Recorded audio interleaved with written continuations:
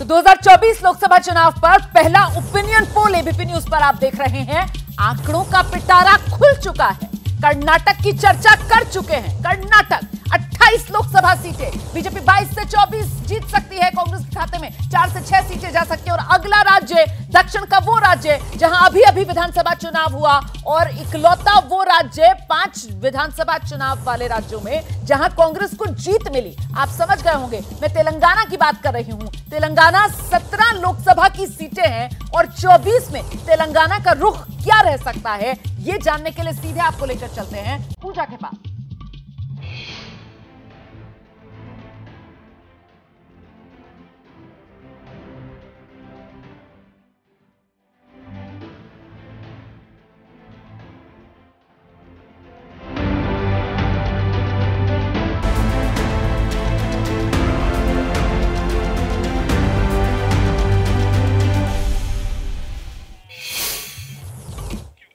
और देखिए ये है हैदराबाद का चार मीनार और इसी तस्वीर से आप समझ गए होंगे, रोमाना ने भी आपको बताया कि अगला जो राज्य है जिसके आंकड़े आपके सामने होंगे वो है दक्षिण का राज्य तेलंगाना। तो देखिए बड़ा आंकड़ा आपके सामने रख रहे हैं। डेटा 2024 के ओपिनियन पोल में सी वोटर सर्वे में जो डेटा सामने आया है, सबसे पहले कि वोट फीसद क्या रहने वाला है। देखिए आंकड़ा ये बताता है कि लोकसभा चुनाव में 21% वोट बीजेपी के खाते में जा सकता है। कांग्रेस यहां पर आगे बढ़ती हुई नजर आ रही है। 38% जो वोट शेयर है वो कांग्रेस को यहां पर मिल सकता है। बीआरएस के खाते में 33% वोट शेयर जा सकता है और अदर्स के खाते में 8%। तो देखिए यहां पर कांग्रेस बीजेपी से आगे है। 38% कांग्रेस के खाते में जाता हुआ, लेकिन बीजेपी के खाते में 21% वोट शेयर आता हुआ नजर आ रहा है। तो ये वोट परसेंट हमने आपको बताया और अब आपको बताते हैं सीटों की श्रेणी, यानी कि सीटें किसको कितनी मिल सकती हैं, किस पार्टी को कितनी सीटें, उसका भी आंकड़ा जल्दी से आपके सामने रखते हैं। देखिए बीजेपी के खाते में 1 से 3 सीटें जा सकती हैं,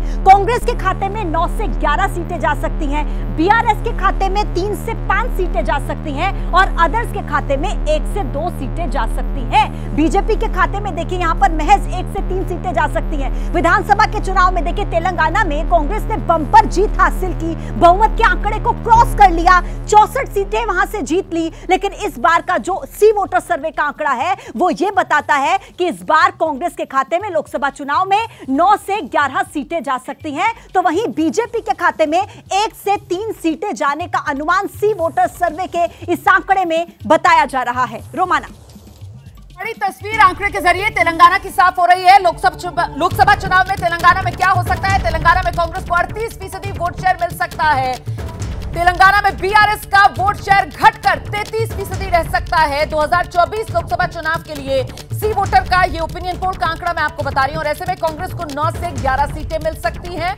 सी वोटर का सर्वे तेलंगाना के लिए ये कह रहा है और बीआरएस 3 से 5 सीटों में सिमट सकती है। मतलब कुल मिलाकर जिस तरीके से अभी 2023 में वो जो राज्य की सत्ता में परिवर्तन हुआ है, अदला बदली वाला कांग्रेस और बीआरएस में, उसी अंदाज में 2024 लोकसभा चुनाव में भी बीआरएस और कांग्रेस की सीटों में अदला बदली होगी। ये सी वोटर का सर्वे बता रहा है। और जरा नजर ऊपर टॉप टैली पर भी बना लीजिए आप, क्योंकि पहला राज्य कर्नाटक था और दूसरा राज्य अब तेलंगाना है और दोनों राज्यों की अब तक 45 सीटों का आंकड़ा आपके सामने आ चुका है। और ये दोनों वो राज्य हैं जो इस वक्त कांग्रेस शासित राज्य हैं। मतलब कर्नाटक में भी कांग्रेस की सरकार, तेलंगाना में भी कांग्रेस की सरकार, और इन दोनों कांग्रेस सरकार वाले राज्यों में कुल 45 सीटें, जिसमें कांग्रेस 13 से 17 सीटें ही जीत रही है। बीजेपी 23 से 27 सीटें अपने खाते में लेकर जाती हुई नजर आ रही है। सीधे आपको लेकर चलते हैं ग्राउंड पर। आशीष हमारे साथ मौजूद हैं और जानते हैं आशीष से लोकसभा चुनाव में भी कमोबेश वैसी ही तस्वीर जैसी विधानसभा चुनाव में रही, सत्ता की अदला बदली जैसे कांग्रेस और बीआरएस में, लोकसभा की सीटों में भी अदला बदली वैसे ही कांग्रेस और बीआरएस में। आशीष जी बिल्कुल आपने सही कहा और हमारे सर्वे के जो डेटा हैं वो साफ तौर पे इसी तरफ इशारा कर रहे हैं किस तरीके से कांग्रेस यहाँ पर नंबर 1 पार्टी बनकर उभर रही है और 9 से 11 सीटें कांग्रेस को। हमारे साथ कांग्रेस के उपाध्यक्ष है तेलंगाना कांग्रेस के किरण रेड्डी। किरण जी, सत्ता में आ गए, लोकसभा चुनाव अगला चैलेंज है। सर्वे हमारा बताता है कि आपको 9 से 11 सीटें मिलेंगी। आपको उम्मीद है 9 से 11 या क्या आपको लगता है? मेरे ख्याल से 12 से 14 सीट कांग्रेस को आने वाला है। आपने जो एमएलए सीट्स अभी जो हम जीता है, हम पहले नॉर्थ तेलंगाना करीमनगर, पेद्दापल्ली, वरंगल में बहुत वीक था, लेकिन उस एरिया में भी हमारे को 60-70% सीट्स आया है। और वोट पैटर्न अभी बदलने वाला नहीं है, क्योंकि अराउंड द कॉर्नर इलेक्शन है। आपको मालूम है, जब सत्ता आने के बाद तो अभी पॉजिटिव वाइब्रेशन है। हमारा 6 गारंटी का भी अभी लागू हो गया था, 2 गारंटी, बाकी गारंटी भी कर रहे। और ऊपर से हमने जो वाइट पेपर रिलीज़ किया बीआरएस के अगेंस्ट, पब्लिक को समझ में आया कि बीआरएस 9-10 साल में जो उनके गवर्नेंस में जितना घोटाला किया और जितना लोन्स उठाया, तो पब्लिक अभी देख रहे कि हमारे तरफ देख रहे कि हम उनका हिसाब पब्लिक को दिखाया, उनका एडमिनिस्ट्रेशन के परफॉर्मेंस। आगे हमारा चीफ मिनिस्टर और मिनिस्टर्स रोज़ 18 घंटा काम कर रहे कि ताकि हमारा जो प्रॉमिस। ये बताइए, चुनाव में मोदी फैक्टर होगा, लोकसभा चुनाव में राहुल गांधी का फैक्टर होगा, इन दोनों फैक्टर पे क्या आपको लगता है? तेलंगाना में राहुल गांधी जी का फैक्टर होगा, बिकॉज राहुल गांधी जी पहले तेलंगाना का स्टेट ही सोनिया जी का प्रॉमिस था, वो फुलफिल किया है। और अभी जो 6 गारंटी भी सोनिया गांधी जी ने दिए थे, अभी रिसेंटली हम रेजोल्यूशन भी पास किया है हमारे पीसीसी में, हमारा पीएसी मीटिंग में, कि सोनिया जी तेलंगाना से लड़ना है, तेलंगाना से हम उसको ऑफर कर रहे हैं कि आप इधर से लड़के जीतने का है। तो इस हिसाब से देखें तो इधर तेलंगाना में माहौल पूरा कांग्रेस की तरफ है आज के दिन, तो यही कंटिन्यू होने वाला है। तो जाहिर तौर पे तेलंगाना कांग्रेस ने ऑलरेडी रेजोल्यूशन पास किया, यूनानिमस रेजोल्यूशन पास किया, केंद्र के नेतृत्व को बताया कांग्रेस के कि ये तेलंगाना कांग्रेस ऐसा ये चाहती है कि पूर्व अध्यक्ष जो हैं कांग्रेस पार्टी के सोनिया गांधी यहाँ से चुनाव लड़ें। और जैसा इनको उम्मीद है कि हमारे सर्वे से ज़्यादा बढ़कर इनको नंबर आएंगे, लेकिन हमारे सर्वे जो साइंटिफिक ज़्यादा है, ग्राउंड पे जाते हैं। गांधी तेलंगाना से आकर चुनाव लड़े, ये राज्य इकाई तेलंगाना में चाह रही है। उत्तर प्रदेश की जो राज्य इकाई है वो राहुल गांधी और प्रियंका गांधी को चाह रही है कि वो उत्तर प्रदेश से चुनाव मैदान में उतरे। और इस बीच जरा ये आंकड़ा देखिए, ये नंबर्स देखिए। आज का ओपिनियन पोल का आंकड़ा आप देख रहे हैं, जिसमें सबसे आगे कांग्रेस पार्टी 38% वोट शेयर के साथ,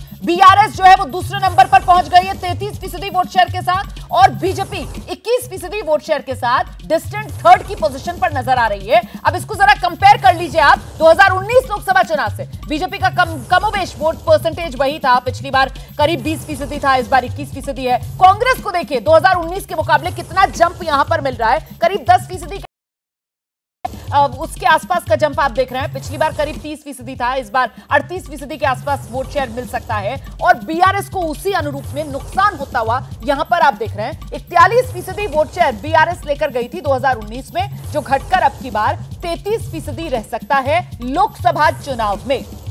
और ऐसे में अब महत्वपूर्ण यह हो जाता है प्रदीप जी, यहां पर महत्वपूर्ण यह हो जाता है कि बीजेपी की अगर बात की जाए तो कहां तो 2019 लोकसभा चुनाव और जबरदस्त 4 सीटें बीजेपी को तेलंगाना से मिली थी, जबकि उससे पहले हुए विधानसभा चुनाव में सिर्फ 1 विधायक जीता था उनका। ऐसे में इस बार उम्मीद की जा रही थी कि अब की बार तो 1 से सीधे 8 पर पहुंच गए विधानसभा में, तो लोकसभा में और बेहतर करेंगे, लेकिन वो स्थिति बन नहीं रही है। यहाँ पर बीजेपी तीसरे नंबर पर। विधानसभा चुनाव के दौरान ही बीजेपी ने मान लिया था कि वो तीसरे नंबर पर जा रहे हैं, इसलिए उन्होंने लड़ाई एक तरह से छोड़ दी थी और तैयारी लोकसभा की शुरू कर दी थी। वो जो ओबीसी कार्ड खेला कि हम सत्ता में आए तो ओबीसी सीएम बना देंगे, मालूम था नहीं आ रहे हैं। हाँ। उसके अलावा मडिगा समुदाय को जो एड्रेस करने की कोशिश की प्रधानमंत्री ने, दलित समाज को, तो वो लोकसभा के लिए पोजीशनिंग कर रहे थे। और मुझे लगता है चुनाव जैसे जैसे करीब आएगा, ये लड़ाई बीजेपी और कांग्रेस के बीच होगी। कांग्रेस नंबर 1 पर रहेगी, बहुत आगे रहेगी, इसमें कोई शक नहीं है। लेकिन बीआरएस, मुझे चूंकि लोकसभा चुनाव है, हाँ। मुझे लगता है बीआरएस थोड़ा घटेगी। मैंने इसीलिए आपसे पूछा कि अभी क्योंकि आंकड़े में नजर आ रहा है कि बीजेपी नंबर 3 पर रहेगी, पर आप ये कह रहे हैं कि ऐसा नंबर नहीं होगा। 3 पर ही रहेगी, लेकिन ये डिफरेंस बीआरएस और बीजेपी का मुझे लगता है कम होगा। ठीक है, श्री कृष्णा जी, आपका एनालिसिस सर तेलंगाना को लेकर? मेरे को लगता है तेलंगाना में अभी भी थोड़ा बहुत जो विधानसभा का असर है अभी थोड़ा है उधर, क्योंकि ये नया स्टेट है। अभी यहाँ पूरा इनको ये नहीं रहा है, महसूस नहीं हुआ कैसे सरकार क्या है, तो इसलिए कांग्रेस के फेवर में जा रहा है अभी तक। अभी आगे देखना पड़ेगा कैंपेन कैसी चलती है, भाजपा का कैंपेन पीएम कैसे लीड करते हैं। ठीक है। और ये मुद्दे भी जो उठाएंगे कांग्रेस, किस तरह के मुद्दे उठाएंगे, और सबसे जरूरी एक छोटी सी चीज, सबसे बहुत महत्वपूर्ण ये होगा कि किसको ये प्रधानमंत्री प्रोजेक्ट करेंगे, ये आप बहुत जरूरी बार-बार है। इस बात का जिक्र मैं बार करें कि ये चेहरा बहुत जो जरूरी है, वो इंपॉर्टेंट रहने वाला है, बहुत इंपॉर्टेंट रहने वाला है। इस पर भी आगे आएंगे। लेकिन दिबांग, अभी तेलंगाना को लेकर जो बड़ी तस्वीर उभर रही है कि कमोबेश वो जिस तरीके की सत्ता की अदला बदली राज्य में हुई है, लोकसभा सीटों में भी उसी तरीके की अदला बदली बीआरएस और कांग्रेस के बीच हो जाएगी।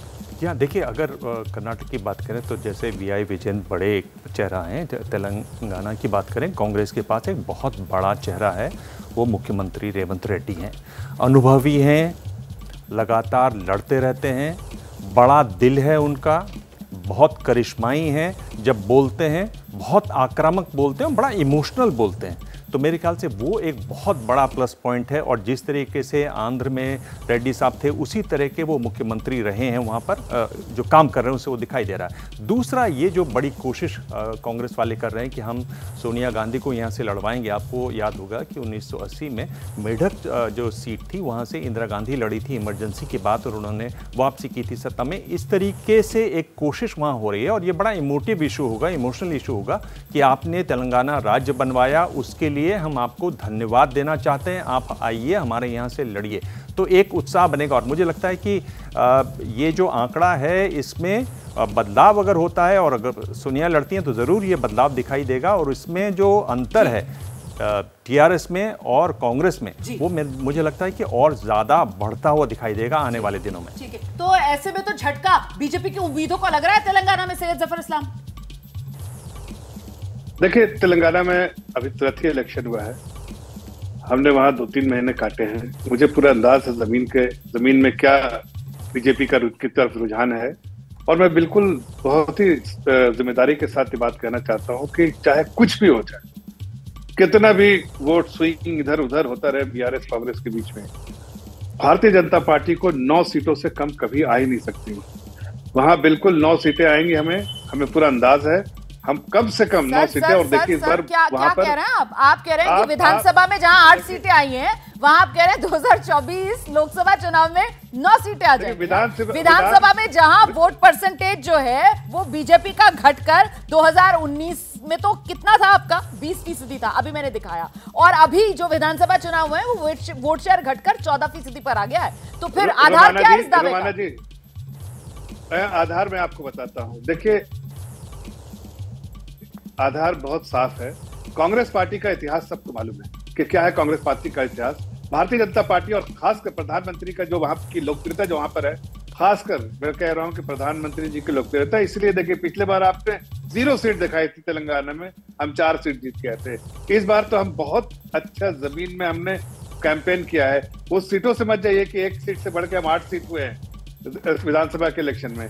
इस बार जमीन में जिस तरह से हमने जो कैंपेन किया है और जिस तरह से हमारा रुझान हमारी तरफ बढ़ा है, हम पूरे कॉन्फिडेंस के साथ कह रहे हैं कि हमारी सीटें 4 से बढ़ के 9 कम से कम होंगी। पिछली बार 4 थे, इस बार 9 कम से कम होंगी। नहीं, पिछली बार वैसे विधानसभा में 1 सीट थी और लोकसभा में सीधी 4 सीटें जीत ली थी। अब इस बार विधानसभा में 8 सीटें आई हैं, लोकसभा में आप 9 सीटें जीतने का दावा कर रहे हैं। लेकिन एक और आंकड़ा है सर, और वो आंकड़ा ये है कि अभी जो विधानसभा चुनाव के नतीजे आए ना, उसके हिसाब से अगर लोकसभा सीटों पर लीड की बात की जाए तो ये जो 14% वोट शेयर आपके पास आया है ना अभी 2023 विधानसभा चुनाव में, इसके हिसाब से तो एक भी, आई रिपीट, एक भी लोकसभा सीट पर बीजेपी को बढ़त नहीं है। लेकिन फिर भी डॉली शर्मा, बीजेपी का दावा 9 लोकसभा सीटें जीतेंगे। और सबसे बड़ा ट्रम्प कार्ड जिसका जिक्र यहां पर सैयद जफर इस्लाम कर रहे हैं, वो प्रधानमंत्री नरेंद्र मोदी का चेहरा, क्योंकि ये राज्य का नहीं, ये देश का चुनाव है। डॉली शर्मा। रोमाना जी, पहले तो मैं जफर इस्लाम साहब ने एक बात कांग्रेस पार्टी के लिए कही, कांग्रेस पार्टी के इतिहास के बारे में बात कही, मैं उसका जवाब देना चाहूंगी, फिर आपके सवाल पर भी आऊंगी। मुझे एक मिनट का समय दीजिए प्लीज। हाँ, कांग्रेस पार्टी का इतिहास है देश की आजादी की लड़ाई, कांग्रेस पार्टी का इतिहास है बलिदान, त्याग, समर्पण। अरे भाई आगे बढ़िए, आगे बढ़िए, आगे बढ़िए, आगे बढ़िए, सैयद जफर इस्लाम आगे बढ़िए। आपने बोल दिया है तो अब वो सुनाएंगी ना, रुक जाइए, उनका समय चल रहा है, बोलने दीजिए। ठीक है, आइए। जनता आपको 55 में पहुंचा चुकी है, 45 में पहुंचा चुकी है मैडम, 45 पे पहुंच चुकी है, 45 पे। गारंटी हम अभी तक डिलीवर कर चुके हैं। हमारे मुख्यमंत्री वहां लगातार जनता की सेवा में खड़े हैं, लगातार खुद 45 पर है, जनता से मिलते हैं, जनता की दिक्कत सुनते हैं, और वहां उन्होंने लगातार कांग्रेस पार्टी का एक एक कार्यकर्ता जमीन पर काम कर रहा है, जनता के मुद्दों के लिए खड़े हैं, जनता के लिए हम काम कर रहे हैं और जो हमारी गारंटीज है वो हम डिलीवर करेंगे। आप देखिए सरकार बनते ही अब महीना नहीं हुआ, हमने 2 गारंटीज दे दी है और इनके मुख्यमंत्रियों ने कहा 450 का सिलेंडर नहीं मिल सकता। ठीक तो है, यही फर्क है कांग्रेस में और भारतीय जनता पार्टी में। ठीक है, मुझे लगता है जरा सा श्री कृष्णा जी को आने चाहिए, क्योंकि आप बार बार चेहरे की बात करें और अभी दिबांग ने जिस तरीके से बताया ना कि आप कैसे दरकिनार कर सकते हैं भाई तेलंगाना में, वहां पर तो एक बहुत ही स्ट्रॉन्ग लीडरशिप जो कांग्रेस को रेवंत रेड्डी के तौर पर मिली है, सीएम है वो वहां पर, बिल्कुल, लेकिन क्या वो अपने दम पर लोकसभा चुनाव में वोट दिला सकते हैं या नहीं दिला सकते? मैं वही उसी की जिक्र कर रहा हूँ कि ठीक है रेवंत रेड्डी अच्छे सीएम हैं, बहुत अच्छे हैं सब, मगर देखिए ये तो राष्ट्र की बात है। ठीक है, स्टेट का अलग होता है और नेशनल का अलग होता है। ठीक है। नेशनल में आपको एक लीडर को प्रोजेक्ट करना चाहिए। देखिए तो 2004 और 2009 में ठीक है आ गए मनमोहन जी, मगर अभी स्थिति बदल गई है, वो स्थिति नहीं है आज। आपको किसी को प्रोजेक्ट करना चाहिए और जिस तरह से चाहे आप, तो आपका आकलन ये है कि प्रोजेक्ट करना जरूरी बनता है। सर ऐसे में एक जो ये बात कही जा रही है, जो इकाई चाहती है प्रदेश की, सोनिया गांधी तेलंगाना से चुनाव लड़े, आपको लगता है ये गेम चेंजर साबित हो सकता है? गेम चेंजर होगा या नहीं पता नहीं, लेकिन इसका फायदा निश्चित रूप से तेलंगाना में कांग्रेस पार्टी को मिलेगा। सिर्फ तेलंगाना तक या दक्षिण में पूरे? नहीं, मुझे लगता है तेलंगाना में ज्यादा होगा, उसका रब ऑफ इफेक्ट जो है आंध्र प्रदेश में भी आ सकता है। ओके। लेकिन तमिलनाडु में पहले से अलायंस है, इसलिए वहां की कोई बात ही नहीं है। कर्नाटक में बहुत अच्छी स्थिति कांग्रेस पार्टी की नहीं है, तो इसलिए तेलंगाना और आंध्र प्रदेश में इसका फायदा मिलेगा कांग्रेस को, अगर सोनिया गांधी लड़ने को तैयार हो जाती हैं तो। ठीक है, छोटे से ब्रेक के लिए यहां पर रुक रहे हैं। आप 2024 लोकसभा चुनाव को लेकर एबीपी न्यूज पर पहला ओपिनियन पोल देख रहे हैं। आगे अन्य और राज्य, छत्तीसगढ़, मध्य प्रदेश, राजस्थान, क्या होने वाला है 24 चुनाव में? इन राज्यों में क्या मोदी की आंधी के सामने कांग्रेस टिक पाएगी या फिर वाकई में किसी तरीके का कोई कमाल कांग्रेस की तरफ से दिखाया जा सकता है? और मैं कांग्रेस और बीजेपी की इसलिए बात कर रही हूं क्योंकि ये तीनों राज्य जो हैं वहां मोटे तौर पर आर पार की लड़ाई कांग्रेस और बीजेपी के बीच ही रहती है। तो 2024 लोकसभा चुनाव को लेकर एबीपी न्यूज पर पहला ओपिनियन पोल लगातार जारी है। दक्षिण से हमने शुरुआत की है, अभी तक 2 राज्यों के आंकड़े आपको दिखा चुके हैं, पहला कर्नाटक और दूसरा तेलंगाना। और दोनों राज्य महत्वपूर्ण इसलिए क्योंकि इन दोनों राज्यों में फिलहाल राज्य में सरकार कांग्रेस की, लेकिन लोकसभा चुनाव के लिहाज से ओपिनियन पोल का आंकड़ा यह बता रहा है कि बहुत फायदा कांग्रेस पार्टी को उस रूप में मिलता हुआ नजर नहीं आ रहा है। ऐसे में सवाल ये उठता है प्रदीप जी कि अगर कांग्रेस की बात की जाए तो दक्षिण में यह माना जाता था कि कांग्रेस संकट में आती है तो दक्षिण सहारा दे देता है, संभाल लेता है। राज्यों में हमने देखा तेलंगाना और कर्नाटक में तो जीत गई कांग्रेस पार्टी, लेकिन लोकसभा ओपिनियन पोल का आंकड़ा वो दिशा नहीं दिखा रहा है। नहीं, देखिए उसका सबसे बड़ा कारण यह है कि लोकसभा में वोट दिलाने वाला नेता कोई है क्या। इंदिरा गांधी जब तक थी या राजीव गांधी थे तो कांग्रेस के पास एक नेशनल लीडरशिप थी जिसके नाम पर वोट मिलता था। अभी राहुल गांधी के नाम पर वोट मिलता है, ये ऐसा दिखाई नहीं दे रहा है। उसका एक डिसएडवांटेज है कांग्रेस पार्टी को, और उनके सामने नरेंद्र मोदी जैसी लीडरशिप है जिसके नाम पर वोट मिलता है। तो और देश में ये ट्रेंड बढ़ता जा रहा है, पहले था अब और बढ़ता जा रहा है स्प्लिट वोटिंग का, कि विधानसभा के हिसाब से अलग वोटिंग, लोकसभा के हिसाब से अलग वोटिंग। जी।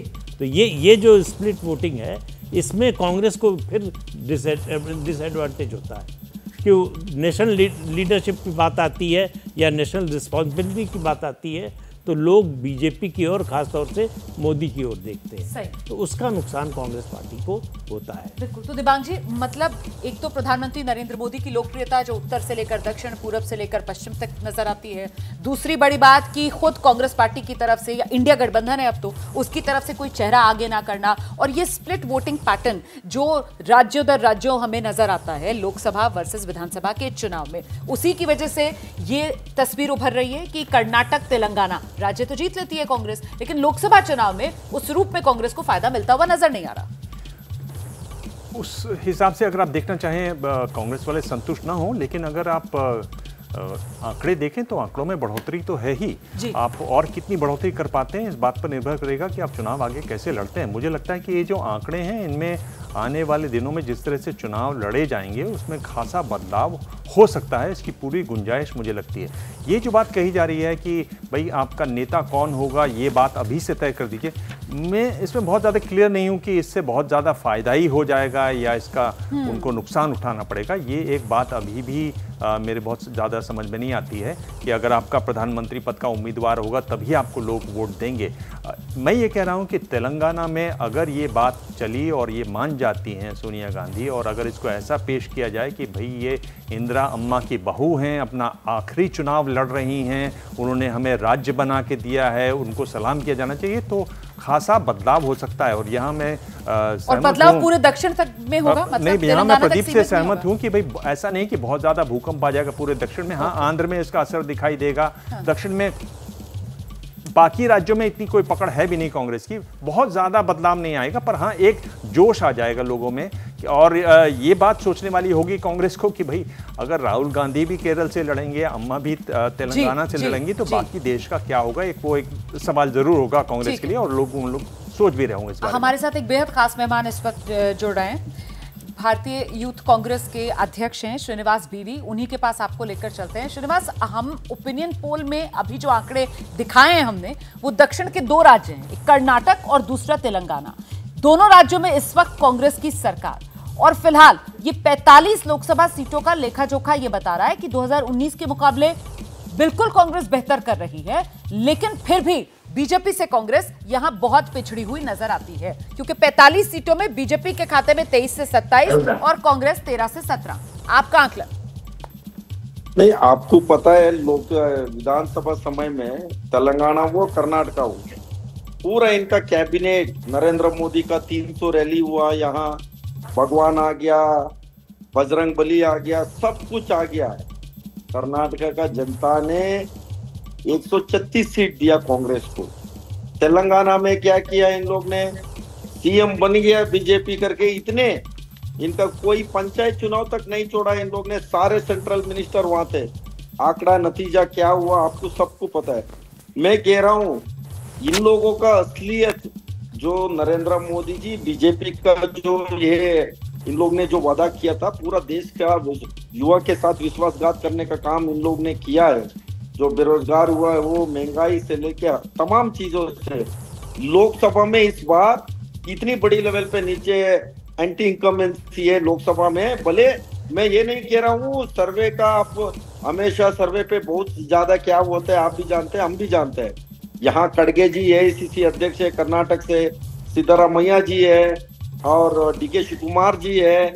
यहाँ आप लिखे रखिए 20 से 25 seat, you please note the number, 20 to 25 seat यहाँ कांग्रेस आएगी, बीजेपी 3 सीटों पे निपटेगा। ये एक पहला ही है। तेलंगाना में भी जी दे दीजिए, तेलंगाना में भी 17 सीट है ना। हाँ जी, वो लोग ने 1 सीट लेना भी मुश्किल है तेलंगाना में, मैं आज कह रहा हूँ। ठीक है, तेलंगाना का जो बहुत बहुत शुक्रिया कांग्रेस श्रीनिवास एबीपी न्यूज पर अपनी बात रखने के लिए। तो श्रीनिवास को आप सुन रहे थे, कांग्रेस के नेता हैं और बड़ा दावा कर रहे हैं कि चाहे कर्नाटक या फिर तेलंगाना, वो 2 राज्य जिसके आंकड़े अभी तक हमने आपको दिखाए हैं, वहां पर इस बार लोकसभा चुनाव में कांग्रेस को बंपर सीटें मिलेंगी। हालांकि सी वोटर का सर्वे और आंकड़ा आपके सामने लगातार ऊपर की चाली में आप देख